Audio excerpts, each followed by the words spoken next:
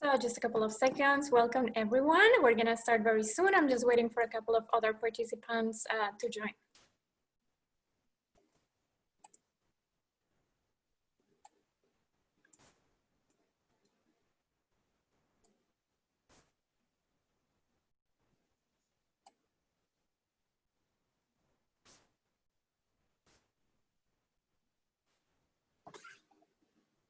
All right, so let me thank everyone for joining us today on this Biotalk on the future of food. I'm gonna start talking a little bit while we wait other participants to arrive. So today we'll be talking about synthetic biology and how engineered microbes will be reinventing the future of the food industry and also helping making it more sustainable. For those of you who's the first time that are attending to our Biotalks, what we do during these talks is to provide a spotlight on what's going on in the life sciences sector from the point of view of experts. Like we're doing today with Camille Delebecque, we showcase scientists that are also entrepreneurs themselves. And as I said, this is a great pleasure to have you with us, Camille. Thank you so much for joining. Camille is the co-founder of Afineur, which is a venture-backed company which is based in New York City. And they develop custom fermentations to change food and agricultural byproducts. He will be talking about that today, about the science behind Afineur, as well as his experience as a scientific entrepreneur in synthetic biology. What's really cool about Afineur is that they produce specialized microorganisms that they're used for fermentation. It helps Afineur produce food that it's tastier, it's more nutrition, and it's more sustainable. But Camille will probably explain that way much better than I do in a second. So let me start by introducing myself and District 3 while we wait other people to join. So my name is Ana Fernandez, and I coordinate life science initiatives at District 3. Pleasure to meet you all. If you have questions about District 3, would like to chat either about science, entrepreneurship, or programs, feel free to reach out. This is my email. Otherwise, I will be staying at the end of the webinar for those that have more specific questions. I'll be happy to answer those questions as well. And I'm going to be the MC for today's discussion. I have several questions prepared for Camille, but I would like you, the audience, to please join the conversation by adding your questions to the chat. If you have any comments as well, you'll see that there's a Q&A tab that you are going to be typing your questions there. I will be passing those over to Camille. So for those of you who are not so familiar with District 3, let me talk a little bit about us. We've been around for about 6 years, working with over 530 startups. At any given moment, about 30% of those startups are from the life sciences field.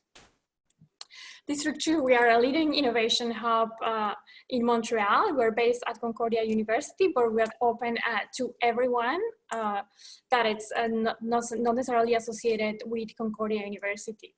And all our services are for free, and we also don't take any equity from the startup that joined District 3.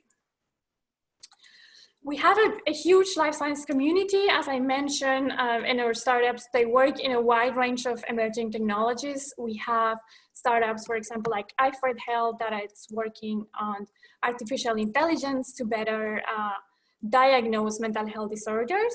And we have other type of startups like, for example, IntelliStem that you can see here. They work with cell therapy and are currently working in a COVID-19 vaccine that has shown very promising results in the preclinical stage. So it's really a wide range that we cover. For today, I would like to highlight some of one of our alumni, which is hyacinthbio. They're using synthetic biology to produce cannabinoids. They have achieved amazing milestones, including raising over $2 million in capital, but as well as getting license from Health Canada to produce and distribute cannabinoids. So it's really changing synbio entrepreneurship in Canada, and we're very proud that they have been part of District 3. We're also very excited that we're going to be able to host even more biotech and life sciences startups thanks to a huge investment, 52 and plus millions done by the federal, provincial governments, as well as Concordia University, that has allowed us to open a laboratory and co-working space where we'll be able to host way much more biotech entrepreneurs. And if you like to be part of our community, we are always recruiting. Right now, we just open applications for our validation program, which is a 3-month intensive program that will help you validate your business model and gain necessary competences to make a business with global impact. Among the things that you will learn is really to reach and understand your customers and your customer needs, as well as developing a compelling message and pricing for your product. Why do we think this is important? It's really, we've learned by experience that many of the startups that failed is because they built a product that doesn't meet their customer needs. We might talk about this problem as well with Camille today, but there's a lot of entrepreneurs that spent a long time working on something that doesn't really have a need outside in the market. So that's something we like to take care early on at District 3. And if you're interested, this is how you can apply, just d3center.ca/startup. And like I said, I'll be staying at the end as well to answer any questions you may have about this program. But enough about District 3. Let's talk about Camille and go back to our discussion. So as I said, Camille is the co-founder of Afineur and headquartered Consulting as well, which is a consulting firm specialized in synthetic biology. Camille, which I find is really cool, he's also very actively involved in the training of the next generation of biotechnologies and synthetic biology. So he's engaged in that world, and he has a lot of opinions about that as well that he will be sharing with us today too. And among several milestones, Camille, he has been part of the advisory board and jury for Merck in Germany. And he's been also advisor in synthetic biology for the European Scientific Committee on Emerging and Newly Identified Health Risks. So that's definitely a huge milestone, and I'm very happy to have Camille with us. Today, I'm gonna stop sharing my slides and start a discussion with Camille. Like I said, please feel free to add your questions and comments through the chat. So Camille, thank you so much again. And why don't you tell us a little bit about yourself and your background, please? Sounds good. Yeah. So I'll do the brief overview. So I'm an agronomical engineer by training. I'm French originally, studied in Paris. So yeah, agronomical engineering. During this master degree, I came across synthetic biology. It was the first, baby steps of synthetic biology in the mid-2000s with the first IGM team in Paris that was getting together. And I got introduced to synthetic biology through IGM. I got really interested, decided to do another master's to get more of the molecular biology tools, then went out to doing a PhD in a joint supervision between Paris University and Harvard University. I did all of my research at Harvard in Pam Silver's lab, working on different types of platform tools.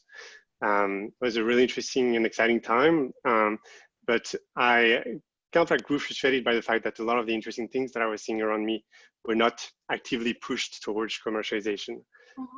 So that's when I started to get interested in entrepreneurship, in consulting as well. And long story short, I ended up starting my first company, which is headquartered Consulting, helping bigger and smaller companies identify interesting synthetic biology technologies and scale them up and commercialize them. A lot of work with government bodies also. You mentioned the European Commission. And at some point, one of my clients became kind of like a full-time gig, where I became the CSO of an initial biotech company in the Houston area. That made me want to, get my hands wet again and be, closer to the science than what I was when I was really just doing consulting. So after those 2 years at this company, I decided to join to start my current company, which takes most of my time, maybe like 95% of my time these days, which is Afineur. And as you mentioned, it's looking at food and synthetic biology. So Camille, if I understand correctly, you started to be interested in entrepreneurship and in commercialization of science from the very beginning of your studies, or was this something that you learned while you were finishing your PhD, for example? The interest was early on with my first internships in labs, what were supposedly some of the best labs in France that I felt were very removed from the reality of the world and not really actively trying to get things out there to solve like real problems. But concretely, I got involved in entrepreneurship and in trying to address that during my PhD, during the second part of my PhD, through joining a program like District 3 actually, that was in Boston at the time, and through doing consulting with the tech transfer office at Harvard. Nice. And then you started with the hyacinthbio consulting that you founded while you were still a PhD student, and after that you moved to found your second company, which is Afineur. Is that correct? Yeah. So the transition was gradual in that so I started doing consulting during my PhD. It's actually at the end of my PhD that I founded hyacinthbio consulting. And then, at some point, one of my engagements kind of like became a full-time, as I mentioned. And then I founded Afineur, but that progressively decreased my consulting load. So I had a fair amount of security to start the next company. And what was the big drive to start? Did you leave or dedicated less time to consulting, more to Afineur? What you made a discovery? What was the science behind it that makes you really decide to fund? Yeah. So I think it grew from a frustration to be, too far removed from the actual science as a consultant.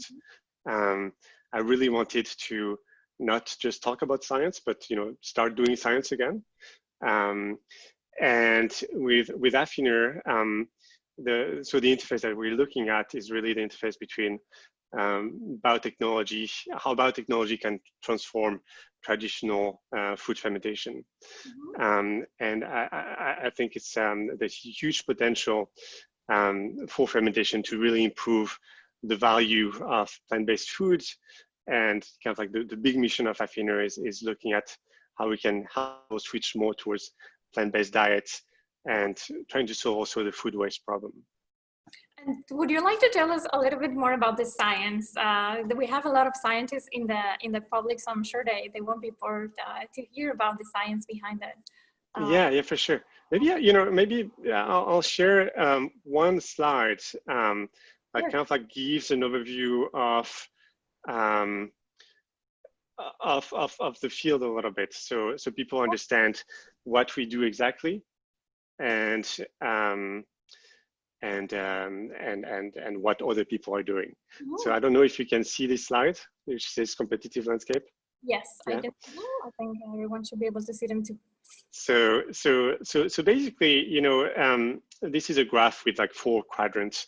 The bottom part is kind of like the traditional food players. There are people that use mainly chemistry as a way to make new ingredients, new flavors, or stuff like that. And on the right side are those, chemical companies that use chemistry to transform an existing biomass. So it might be, a Naturex just doing an extraction with hexane, for example, to get, an interesting flavor or an interesting active component from, I don't know, from ginger, let's say. On the left side, where it says synthesis and chemistry, are those traditional chemistry players that use chemical synthesis. So they create ex nihilo from, most of the time from oil, different flavors. So Solvay might create, a vanilla flavor like that. So there's a new generation of player like Afineur and others that is looking at how we can use biology instead of chemistry. And so that's the upper part of the quadrant. A lot of the players in looking at biology and biotechnology and food are on the left side. they use synthesis. So it might be like an evolva that engineers a yeast to get to produce this vanillin flavor. And then it's, they do that in big fermenters, and they purify it, and then they sell it. Or a perfect day that makes, milk protein, for example, the same way. So Afineur is looking at transformation. So we use enzymatic transformation on an existing biomass to improve its qualities. So for example, we work a lot with plant-based proteins. So there's kind of like a rush right now for novel, interesting plant-based protein that can replace some of the animal product that people used to consume. So here, enzymatic transformation and fermentation of this biomass can really improve the nutritional value, improve the amino acid profile, reduce the amount of anti-nutrients, improve the functionality of this protein, to make it for much, much better ingredients. So yeah, so two different ways to use science to address the big picture of how can we make better food using biology. That's thanks for that overview. That's really helpful, especially for somebody like me that doesn't come from the food industry. And I wonder, like, how do you develop? Because you were talking about the using of fermentation to transform products and food that it's already there. How is the process of developing this fermentation, this microorganism? Is that something that you do first and then you contact people, or it's really more like an advisory where companies come to you and they tell you, I have this cheese or whatever, or this plant food, and how does that work? Yeah, it's a really interesting question. It touches like a bigger view that the pathway, the journey that takes a company is never linear, and it adjusts to opportunities and also to the way that the market is changing.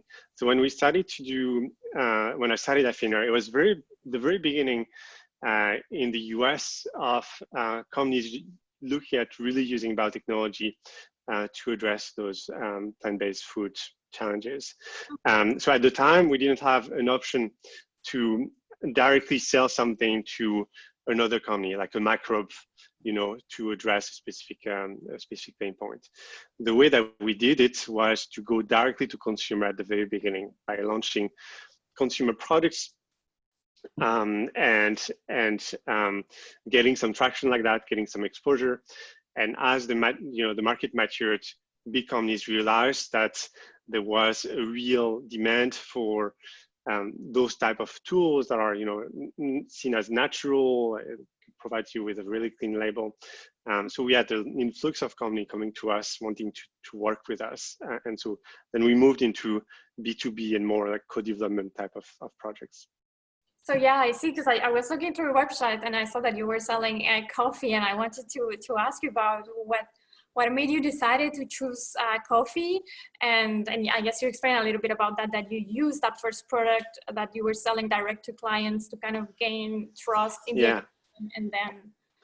Yeah, and coffee was a really interesting first product to start with for a number of reasons. The first one was that it's kind of like a premium commodity. There still is what's called in the coffee industry the third wave of coffee, which is the fact that people are changing the way that they consume coffee. People, 10 years ago used to buy coffee really just for the caffeine kick. But in the past, 5 years or something, people have started to look for taste as well and the experience. So there was like a premiumization of coffee. So people were looking for better coffee product. The other thing that was interesting with coffee is that the coffee industry knew that fermentation could be a really interesting tool to improve the quality of coffee. And that is because one of the first steps of coffee processing in the farms is after you pick the coffee berries or the coffee cherries. So you have the bean in the middle, but you have the fruit around. So the first step is to remove the fruit, and people usually just put the coffee cherry in water and let them spontaneously ferment. And sometimes, it brings interesting flavor characteristic and sometimes not. But the industry knew that there was a huge lever that was untapped around fermentation. So it was an interesting first product to launch. Yeah. Okay, so it was more like a market need rather than science driven. Let's say that you had, I found this microorganism that can change coffee in a way. Rather look strategically to see what. Yeah. We knew that we were sitting on kind of like an untapped biotechnology platform. So what's really interesting with fermentation is that a lot of the, fermented product that we know, beer, cheese, etc., rely on very, very simple type of microorganisms, very, very simple type of microbes. And, there was a really huge untapped potential of bringing some of these biotechnology tools into the field to really start to better control what fermentation can do and also expand it into other types of product categories. And right now, you are still doing the two of them. You're still doing direct food production, but as well as creating fermentation for others? Yeah, so right now, the B2C, and so we have like a consumer brand called headquartered, and maybe I'll, because I can, I'll show you, I'll show you a slide. But let's do that. But yeah, so we launched this brand called headquartered, and so the big story around that, also to kind of like give people more tools and more clue, is that I really wanted to solve for an existing need, and not build something and then go try to solve it. So I've always really been interested in the lean startup model, like being exposed very early on to your potential customers and really starting to talk and chat. And so the way that we launched the brand was through a Kickstarter campaign, which it's kind of like unusual, but at the time that when we did it, it became the most successful Kickstarter campaign, food Kickstarter campaign of that year. And we launched this first product, which was on the left here, the coffee product. And then we went on to doing another consumer product, which was kind of like a partnership with a chocolate brand. But you're right, nowadays those products are still sold, but they act more as almost kind of like a shop front or a marketing tool for us to be discovered. And most of our work is more B2B. Yeah. Okay. B2C, B2B. Yes. B2B, yeah. Yeah, just getting confused because there's a question here. Somebody's wondering, how did you get funds to develop your B2C company? So when you start. Yeah, so the first thing is that I was extremely lucky to have my consulting activity on the side that I could progressively decrease. So I had, some financial security, a little bit coming from my consulting activities. And the other side is that we applied to an accelerator program called D3 Biotalk, which brought funds and brought also access to lab space to really kind of like accelerate. Well, first enable the development of the company and the B2C products, and accelerate the growth of the company. That's cool. And I guess, yeah, well, maybe I can add the fact that, again, we wanted very, very quickly to get exposed to the marketplace. And because, if you're going to fail, it's better to fail very, very fast. And so we did that really quickly. So very quickly, we had the first product, the coffee, that brought in funds as well. So that was the other way. Okay, and how did you end up in New York? So yeah, I spent most of my PhD in Boston. I was very active in the Boston ecosystem and all that. And it was just personal reason, but also interest in what's going on there in New York. So my wife wanted to do a postdoc in New York, and when I moved to New York, I was mostly doing consulting, so I had like a lot of flexibility.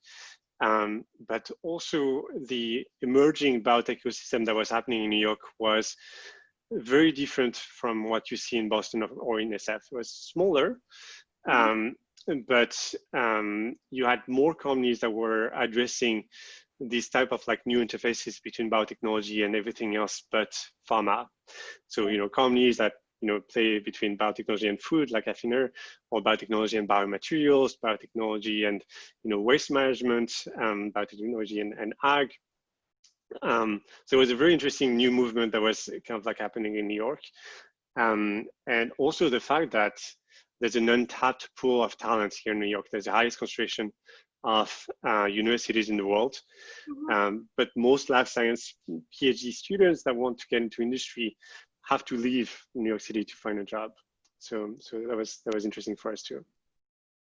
To kind of capture that the talent there. And there's a question that it's very specific. I'm going to ask it now. It's very specific about the structure of Afineur, and they are wondering how many people do you have in your company, and if you are outsourcing the production but keeping hold on the scientific aspects. Can you tell us? And perhaps while you're doing that, you can tell us again a little bit more about the process of actually developing those custom fermentations and the service. So maybe I'll touch upon kind of like one maybe critical moment that kind of like informs the state that Afineur is in right now. So when we started to launch the B2C products, and when earlier on we wanted to really grow a big consumer brand, we were spending a lot on marketing. And we had to spend a lot on marketing. And when we got some exposure and we had the first brands coming to us to help them, develop their products, there was an opportunity for us to stop having to raise all the time and kind of like have money actually come from the science that we were doing. And not have to spend as much on marketing. So there was kind of like a critical business decision there. That was that, well, maybe we're not going to grow as big of a company, but we're going to grow a company that is, self-sufficient, that brings money through, the engagement and the partnership that we do with our customers, with our business customers.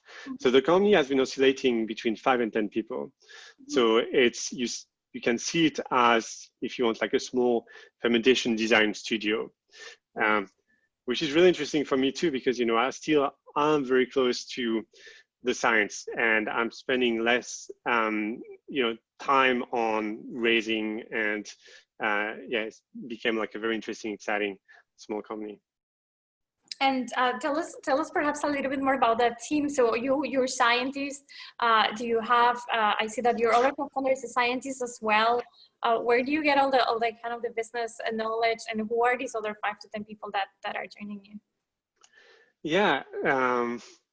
So the business knowledge came from, interest and curiosity. Being faced in front, during my PhD early on. Been facing the fact that even the interesting things that were happening in the lab were not pushed towards commercialization. I was wondering why that might be. So I started to be really interested in the management of innovation.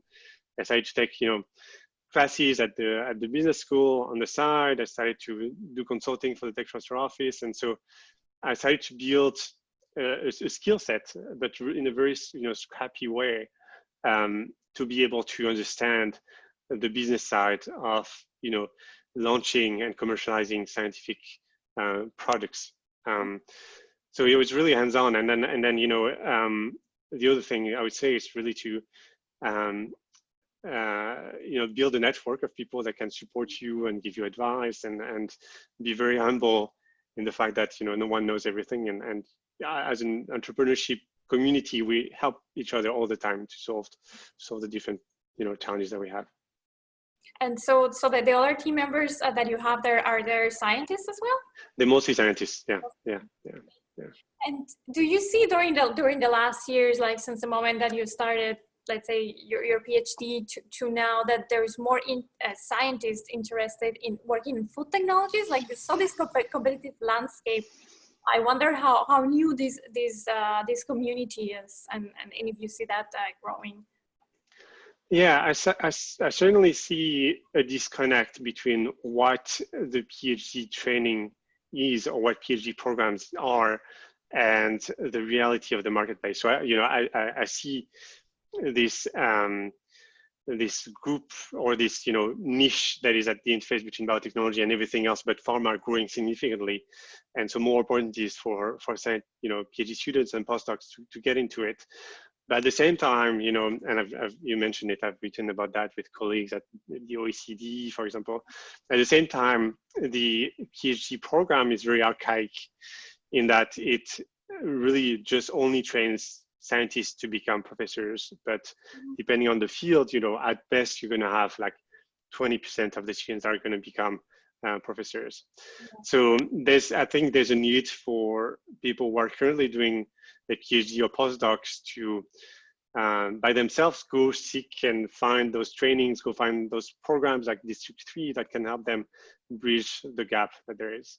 Mm-hmm. And specifically talking about food technologies and the new developments, like how do you see that the industry changing with, let's say, synbio and other types of new biotechnologies? Yeah, so you know, I think the way that, I guess my personal journey, and I think the journey of Afineur reflects a little bit the way that the industry has changed. In the early 2000s, when I started to do consulting in synthetic biology, you know, there was no point to do consulting because a lot of companies had questioned about this, you know, new field that was starting to grow and make some noise, and they were wondering about how their businesses were going to change. When I started Afineur in 2014, those companies had not really started to take action internally. So it was also the fact that we didn't have much choice but to launch B2C. And yeah, so we launched B2C, and a couple of years after that, you know, I think the industry was evolving as well and was saying that the food industry was saying that, you know, fermentation could really be an interesting tool that answers a lot of their challenges. And so they started to seek, you know, those partnerships, and so the B2B opportunities started to rise for Afineur. For others, so it's definitely, I take it as definitely a growing field for. Absolutely, yeah. Yeah. And how do you, I'm not sure if you, because this field is less, I'm going to say that less well known in Canada. Somebody was asking a question here, if you, where did it go? But how do you see this in other, because I know you're involved in other countries as well, and you're liking developing countries kind of get the science there as well. Do you see that particularly growing in the US and other countries joining, or what about Europe? How's the perspective there on synbio? Yeah, so yeah, I was lucky to be a European in the US, and especially during my consulting time, I kept, you know, a foot on the European side. So I was lucky to see the two ecosystem evolve differently, and I think, you know, the US was ahead early on. But I think Europe, the number of opportunities in Europe is certainly catching up, and you see like specific countries that have really invested heavily into the bioeconomy and what the bioeconomy can really do. And I was also lucky, as you mentioned, to do some projects in developing countries. So I spent some time in Nepal, in Kazakhstan. I did like a 3-month project in Nepal in 2013. And again, you know, I think growing local bioeconomy can really be an interesting way for those countries to build, you know, new job markets. And in Nepal, it's even more interesting because they kind of like are at a strategic location between a big market, which is India, and another big one, which is China. And the education the education system in Nepal was changed significantly in the early 2000s, where it was kind of like decentralized, and it was not just managed by the government, and that kind of like led to an increase in opportunities for people to go all the way to get a college degree. And so you have this new wave of very qualified people in Nepal that have a hard time finding jobs, and even people that are trained in biotechnology. So the way that we worked in Nepal, and the way that kind of like this bioeconomy and bioecosystem started, was through iGEM again, which was kind of like a very interesting tool where we founded an iGEM team that went on to becoming its own company and a hub that grew in Nepal. So yeah, so it's growing everywhere, and it's very exciting. That's nice. That's good to hear. And it's good to hear that this iGEM, it's really kind of making everyone think about the possibilities of synbio. And I was wondering, just going back perhaps to the topic of sustainability, if you see that the needs and climate change and all these things had made people think more about the ways that we're producing food, and if perhaps that is also driving kind of this increase in the use of biotech for food production. Do you see that as well as a factor? Yeah, yeah. So I think there's two things. You can look at the global marketplace. I think consumers in the past few years have really started to ask for more naturality in their food. So less processed food, more natural food, better and more clean labels, you know, less processed. And fermentation biotechnology really answers that. And, you know, I think that goes, of course, with an increase in the way that people see the challenge that we have ahead of us in terms of like sustainability and climate change and all that. And I think, you know, internally, I think it's very important for startups and for companies to have big missions and to be mission-driven businesses. So for Afineur early on, it was to make better plant-based food. So, you know, to drive more people to have more of a plant-based diet. Mm-hmm. And later on, there's another aspect that kind of like added to that, which was to try to reduce food waste. And so a number of our projects is around upcycling using fermentation. So taking a byproduct or co-product from the food industry, mm-hmm. and using fermentation as a way to extract something valuable out of that. Most of the time it's interesting plant-based proteins, mm-hmm. and being able to put it back into the loop and thereby reduce food waste. Oh, that's cool. So that's how you make it more sustainable as well. Yeah. Is there other things in particular that you could pinpoint to why is the technologies of fermentation that you're using more sustainable than general or other types of food production? Yeah, I mean, you know, it's the clash is very much, you know, biotechnology versus chemistry. Okay. And chemistry, you know, often involves oil derivatives. It often happens at, you know, high pressure, high temperature. So there's an environmental cost to that. Mm-hmm. There's an energy cost to that, and beyond that, there's, you know, a market drive from the consumers that is just asking for better, more simply processed food. Yeah. And there's another questions that are coming here relating to the general public perception of this food. And for me, what I was interested in is knowing it's still food that is made in labs. It is natural, but it's still made in labs. What is the public perception of that? And maybe you can talk about that, and I'll follow up with the other questions. Yeah. It's a very interesting question, and it's yeah. So I spent a lot of time thinking about that, of course, but I think and there's many aspects, many different ways to answer this question. There are ways where you focus on the actual technologies that are used. So, you know, in the graph that I showed earlier on, there's like two different big types of biotechnologies. One that is, you know, synthesis. So using engineering a yeast to make it to produce, you know, milk, for example, or milk protein, and then you purify that, and then you sell like a milk like that. So you can look at the actual molecule that you purify at the end, and say that, you know, it's 100% comparable to the natural thing. And so the regulation changes a little bit between Europe and the US, depending on what type of carbon source you use to do your fermentations. But there are precedents now that show that there's a fairly streamlined way to get those products to the market. And, you know, some companies like Perfect Day, which is the one that makes the milk, has recently received FDA approval. And then you have other type of technologies like the one that we use with Afineur, which is really just using the enzymes that are produced by the fermentation as a way to transform a biomass. And this is a more streamlined way to get those products to the market. And it may or it may not involve actually GMO organisms. So you can do a lot of things also without having to genetically engineer microbes. And so that's on the technology side.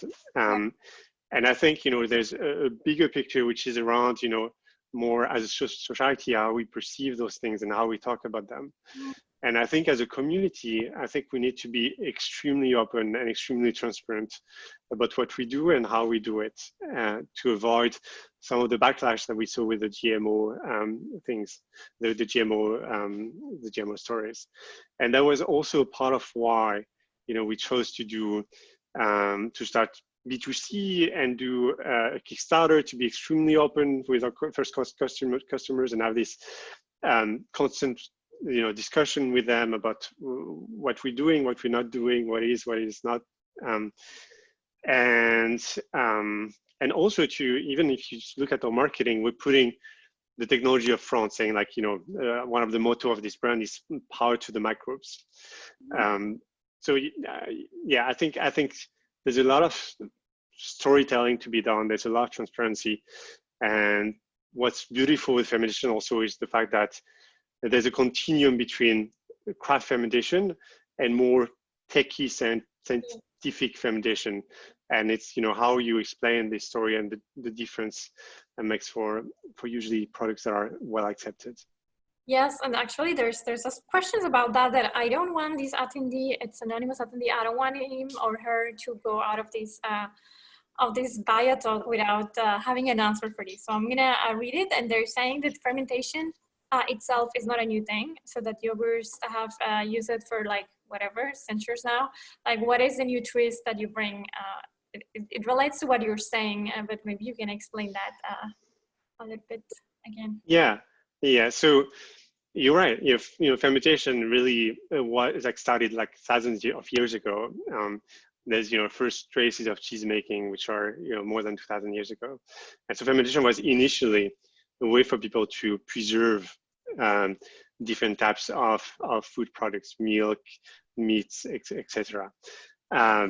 So what has changed recently is the fact that we can bring an added level of comprehension to what different types of microbes can do. So a lot of this cheese fermentation, a lot of these traditional meat curing are spontaneous fermentation. So it's like a bunch of organisms that are going to colonize a bit randomly these products, and it changes the flavor, but we're not able to really understand how to make it go one way or the other, or how to very finely tune the final product that you want. So those new biotechnology tools enable us to really have much more control. So control is one thing, and fine tuning what you're able to do with a different type of microbes that you're able to select for and assemble. So we work a lot with consortiums of microbes. The other thing that is part of this equation is if you think about being able to take fermentation to other types of product categories, new food categories, or new ingredients that were not traditionally fermented. So nowadays you have kind of like a plug and play tool where you can, take a food waste. Let's say, we've worked a lot with spent grain, which is the main byproduct coming from the beer industry. And we've been able to develop, fermentation processes to be able to improve and recover the leftover protein in there. So, expansion of fermentation into new product category, and just having so much more control over what we're able to achieve. So bringing fermentation to products that traditionally people were not fermenting, just to change their flavor, increase their nutrients, and have a control about what's happening. Exactly. That's cool. Let me. I had another question here, but I don't want to switch topics so much. So besides food, because I know you were working a lot with SynBio, and you're an expert in the topic as well. Which other applications of synthetic biology are you particularly excited about, and why is that the case? I'm very excited about everything but pharma generally. I mean, I'm excited about the pharma application of synthetic biology, but I just think that there are so many lower hanging fruits that can be addressed in other types of industries with synthetic biology. So one of them that is really interesting to me is biomaterials, for example. Are we able to for example, make silk using synthetic biology, and this silk has new types of material properties that can go into so many new types of applications, from clothing to all the way to delivery platforms for cosmetics. So there's a number of companies that work around that. A company in the US called Ball Threads, another one in Europe called AM Silk. So biomaterial in general is very exciting. I think ag is very exciting as well, agriculture. Yeah, people, have realized in the past, number of years that, plants have a microbiome, just like we do. And that, synthetic biology can have like a huge effect here to improve, the stress resistance or the yields of different types of crops, without having to rely that much on pesticides, on insecticides, or on traditional chemical fertilizers. Mm-hmm. So those are two areas, for example, of where there's really interesting things happening, but there are many, many more. Yeah. So for you, it was your background that made you choose the food industry, I guess, as application, right? Yeah. I guess I had an early interest in food and agriculture, and that kind of like towards what I went. But yeah. And the decision about basing it on plant-based food, you touched a little bit on the sustainability on that side. I wonder if it's the science or the easiness of working with plants versus working with animal proteins, if that influenced your decision as well.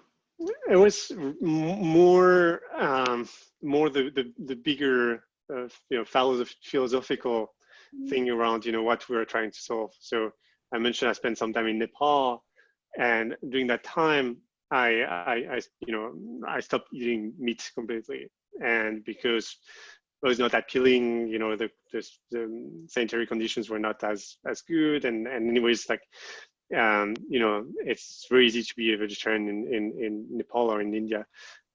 So yeah, I cut meat completely for 3 months. I was like, despite my French roots and hundreds of years of like culinary heritage, I didn't miss it, and I was doing well, and so then I started to wonder how I could leverage those biotechnology tools to help people switch more towards plant-based food by making those products more appealing. Yeah. Okay. And now I know that's kind of a sidetrack, but I was wondering, what about the meat that is produced in lab, like meat grown in a petri dish? What are your takes on that type of? I think it's interesting. I think it's still way fairly far from the reality of hitting the market. Okay. There are huge bottlenecks around cost and scalability. I think there's two philosophies when you come to addressing, helping people get away from it. There are, people that say that, we're going to need meat analogues, products that are mimicking in every aspect the experience of meat. And that's what lab-grown meat can, do the best. And there's another side of the market, which is that, you don't necessarily need to replicate the full meat experience. And actually, I feel like the longer you're a vegetarian and the less you crave the actual meat experience. So I think, this it's just like different technologies that address two different niches. Okay. And it's of course a continuum, but I'm kind of like exaggerating a little bit. And talking about that, because you mentioned most of these companies, like they're working in meat labs, they're still far away from bringing anything to the market. But somebody was highlighting here in the questions that for many synbio companies, that's the case as well. So most of them, they're saying 98%, I'm not sure about the number, but 98% are in pre-revenue stage. And they're wondering if you think that this B2C route, it's an easy one for these companies that are on pre-revenue stage, and if you had any thoughts on that. Yeah, I think there's the philosophy that I had and was again inspired by the current environment where big companies were not looking for fermentation development capabilities at the time, but I think it's good to be quite rapidly exposed to the reality of the markets. Mm-hmm. So no matter if you're developing for something that is 5 years out or 10 years out or 2 years out, I think it's good as early as possible to get out of stealth mode and experience the plus and minuses of being exposed to the marketplace. So yeah, I think that's a philosophy, and I think one way to do that is doing limited or exclusive or whatever you want to do, like B2C products. Okay. And I think that's even more interesting when you are trying to build your own marketplace. So I feel like it's very important to have this discussion with the consumers and be involved in educating the customer. And the best way to do that is to be facing the customer directly and not through many intermediaries. So B2C is certainly interesting to do that. Okay. Yeah, no, that's a very good point there. And somebody's asking as well, now that we're talking about facing the outside world, what has been your experience with investors when you started? Like, these things were relatively new. Can you tell us a little bit about that? Yeah, it's and pluses and minuses. I like when I started businesses, it was cash hungry. Just because we needed funds to develop the first products, and we also needed funds to be able to market it somehow all the way to the customer. But we made this choice to operate in a more independent way and more lean way at some point because we had this opportunity to do it. And around that time, I was spending a lot of time entertaining discussion with investors, and I felt that a lot of it was almost like free consulting in a way. So you really have to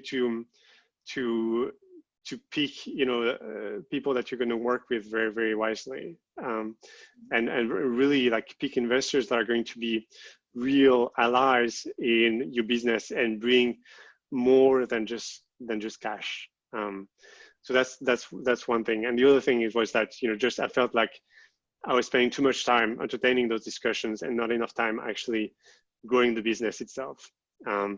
So I felt like there's another model, and I think in general there's another model for growing companies where you don't necessarily need to raise $100 million and have 1,000 employees. There are many interesting opportunities to grow companies that are still very impactful and that make money, and where you don't have to rely as heavily on private capital. Yeah, that's actually very, very interesting take home point, I think.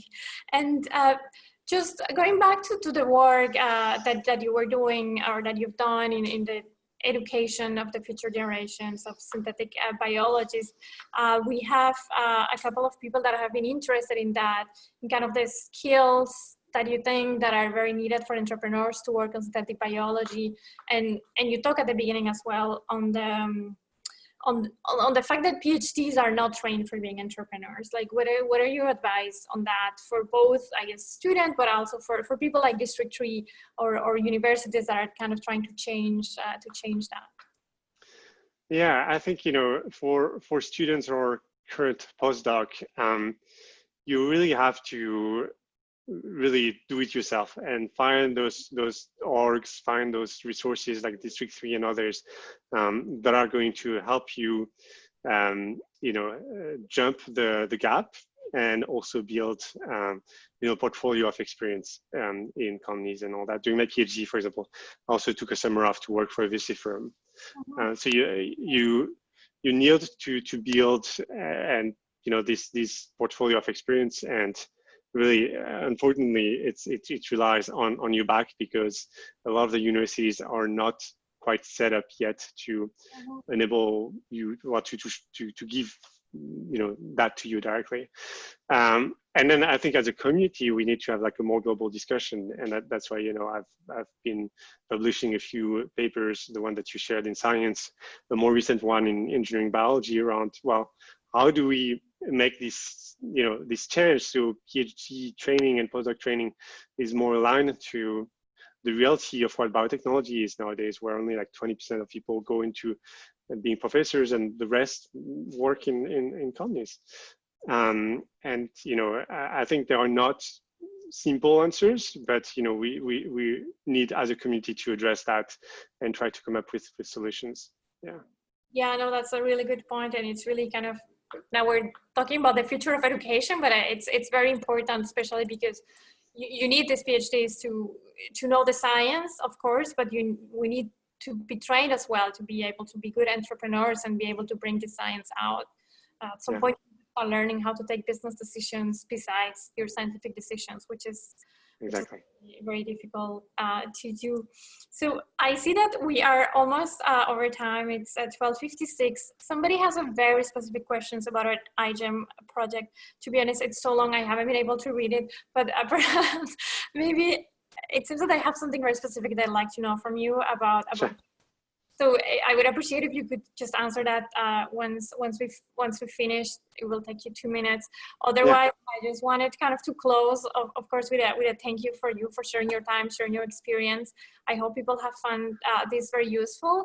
And I just wanted to kind of let you give people some key take-home messages for those that are either entrepreneurs already in SynBio, or those that are still studying but might be interested in starting their own company.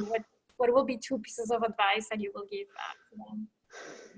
I think the key takeaway is that you are at the right place at the right time.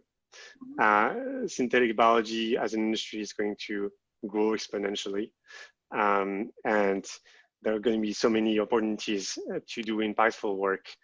And you're also at the right place because you're listening to this D3 talk, and so you're wondering how you're going to be able to build those connections, those skills.